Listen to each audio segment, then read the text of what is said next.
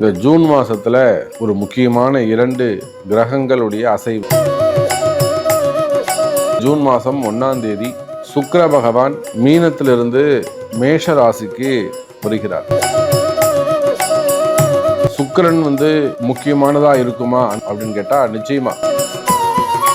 இந்த செவ்வாய் நீச்சம் அடைந்து அந்த நீச்சத்திலிருந்து அவரும் நிவர்த்தி ஆகிறார். அப்ப இந்த 2 கிரக அமைப்பு உங்க ராசிக்கு என்ன நடக்க போகுது ஃபுல் டீட்டெயிலா பார்க்கலாம் பாருங்க. ஜெய் வாராகி, ஜெய் ஜெய் வாராகி. நம்ம டிவியை சப்ஸ்கிரைப் பண்ணுங்க, பெல் பட்டனை அழுத்துங்க. நமச்சிவாய.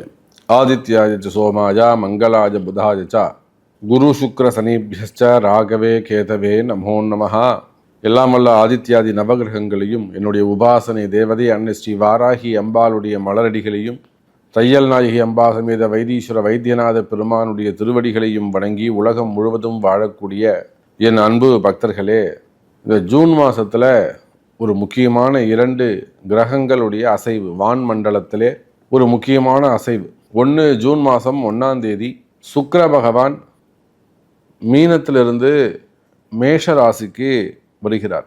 சுக்கிரன் இது ஒரு முக்கியமானதாக இருக்குமா, அந்த அளவுக்கு ஒரு இம்பார்ட்டண்ட்டாக இருக்குமா அப்படின்னு கேட்டால் நிச்சயமா. இந்த சுக்கிரன் பகவான் மீனத்தில் இதனால் ஒரு ஒரு ஒரு 2 மாதமாக நீங்கள் கணக்கு போட்டு பார்த்துக்கோங்க உங்களுக்கு எதெல்லாம் நடக்குதுன்னு. எவ்வளோ பணம் நீங்கள் மிஸ் பண்ணியிருக்கிறீங்க, என்ன பேச்சுவார்த்தை நீங்கள் நடத்திருக்கிறீங்க, உங்களுக்கு எப்படிலாம் ட்ரபுள் உருவாச்சு, சரிங்க, அதெல்லாம் நீங்கள் நினச்சி பார்க்கலாம். எனக்கு தெரிஞ்சு மார்ச் மாதம் 15ஆம் தேதியிலிருந்து இந்த பண பிரச்சனைகள் உங்களுக்கு ஆரம்பிச்சிருக்கும். ஸோ இந்த ஜூன் மாதம் 1ஆம் தேதியோட இந்த பிரச்சனை முடியுது. ஜூன் 1 சுக்கிரன் மேஷ ராசிக்கு பிரவேசிக்கிறார். அதே போல் இது நாள் வரையில் செவ்வாய் பகவான் கடகத்தில் போய் நீச்சமாகி இருந்தார். அப்போது இந்த செவ்வாய் நீச்சம் அடைந்து அந்த நீச்சத்திலிருந்து அவரும் நிவர்த்தி ஆகிறார். இப்போது ஜூன் மாதம் 7ஆம் தேதியிலிருந்து அவரும் நிவர்த்தி அடைகிறார். அப்போ இந்த 2 கிரக அமைப்பு, ஒன்று செவ்வாய் நீச்சத்திலிருந்து இயல்பு நிலைக்கு சமமான நிலைக்கு சூரியனுடைய வீட்டுக்கு வருகிறார். அதே போல் சுக்கிர பகவான் அவரும் தன்னுடைய நிலையை மாற்றி மேஷத்துக்கு வருகிறார். இதனால் உங்களுக்கு என்ன மாதிரியான மாற்றங்கள்லாம் நடக்க போகுது?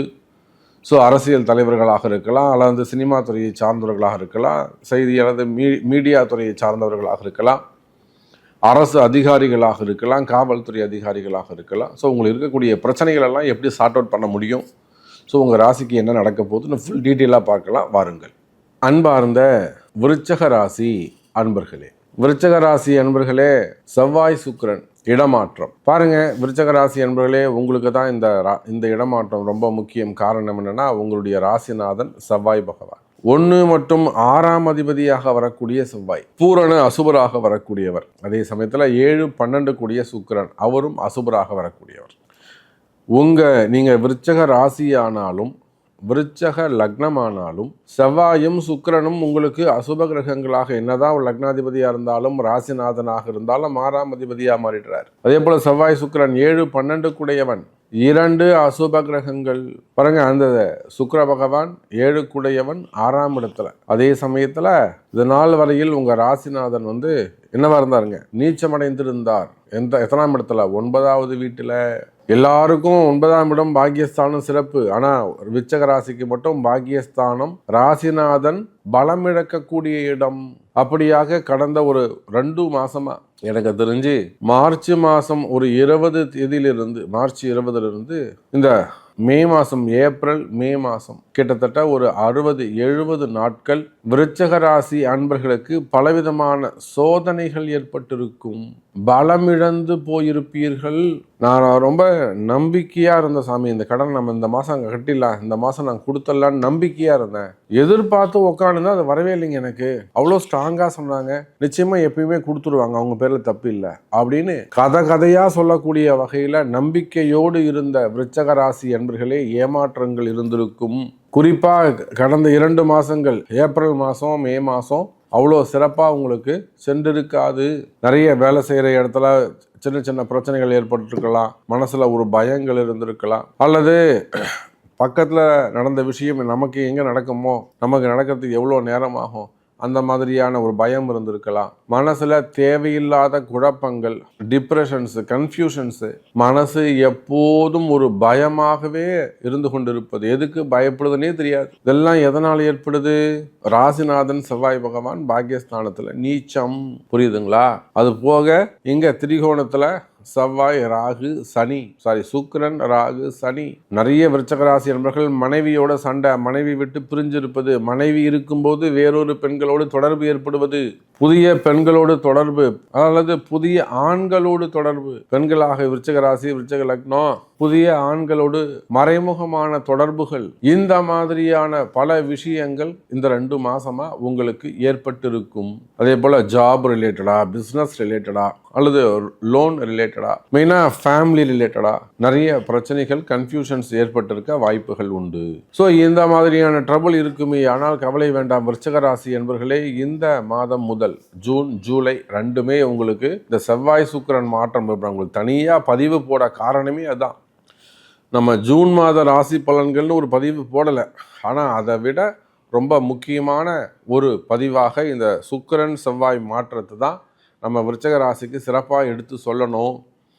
இதுதான் அடுத்த 2 மாதம் அவங்கள காப்பாற்ற போகுது. இதனுடைய தாக்கம், செவ்வாய் சுக்கிரனுடைய தாக்கம் தான் விருச்சக ராசிக்கு அதிகமாக இருக்க போகுது. அப்போ இதை அவங்க உணர்ந்து செயல்பட வேண்டும் அப்படின்னு சொல்லி ஜூன் மாத ராசி பலனை கூட தள்ளி வச்சுட்டு இந்த செவ்வாய் சுக்கிரன் பற்றி உங்களுக்கு நம்ம அதிகமாக எடுத்து சொல்கிறோம். அப்போ அப்படி பார்க்கின்ற பொழுது விருச்சக ராசி என்பர்களே, 10ஆம் இடத்துக்கு வரக்கூடிய செவ்வாய் தொழில் அமைப்புகள், உத்தியோகம் சிறப்பானதாக இருக்கும். ஜூன் மாசத்திலிருந்து உத்தியோகம் சிறப்பானதாக இருக்கும். வேலை போற மாதிரி இருக்கு சாமி, வேலையை எப்போ போயிடுமோன்ற பயமா இருக்கு. கவலையே படாதீங்க, வேலை போகாது. அல்லது நான் வேலையை விட்டு வேற கம்பெனி மாறலான் இருக்கேன், ஜாப் சேஞ்ச் பண்ணலான் இருக்கேன், இடமாற்றம் வைக்கலான்னு இருக்கேன், அந்த மாதிரிலாம் யோசிக்கக்கூடிய விருச்சக ராசி என்பர்களே, ஒரு முறை பிறப்பு ஜாதகத்தை கொண்டு சாமி நான் போய் இடம் மாறலாமா, கம்பெனி மாறலாமா அப்படின்னு ஒரு முறை ஆலோசனை பெற்று, அட்வைஸ் பெற்று அதுக்கப்புறம் ஜாப் சேஞ்சஸ் செய்வது சிறப்பு. தொழில் மாற்றங்கள், இடமாற்றங்கள் சேரும். தொழிலில் பல மாற்றங்கள் சேரும்.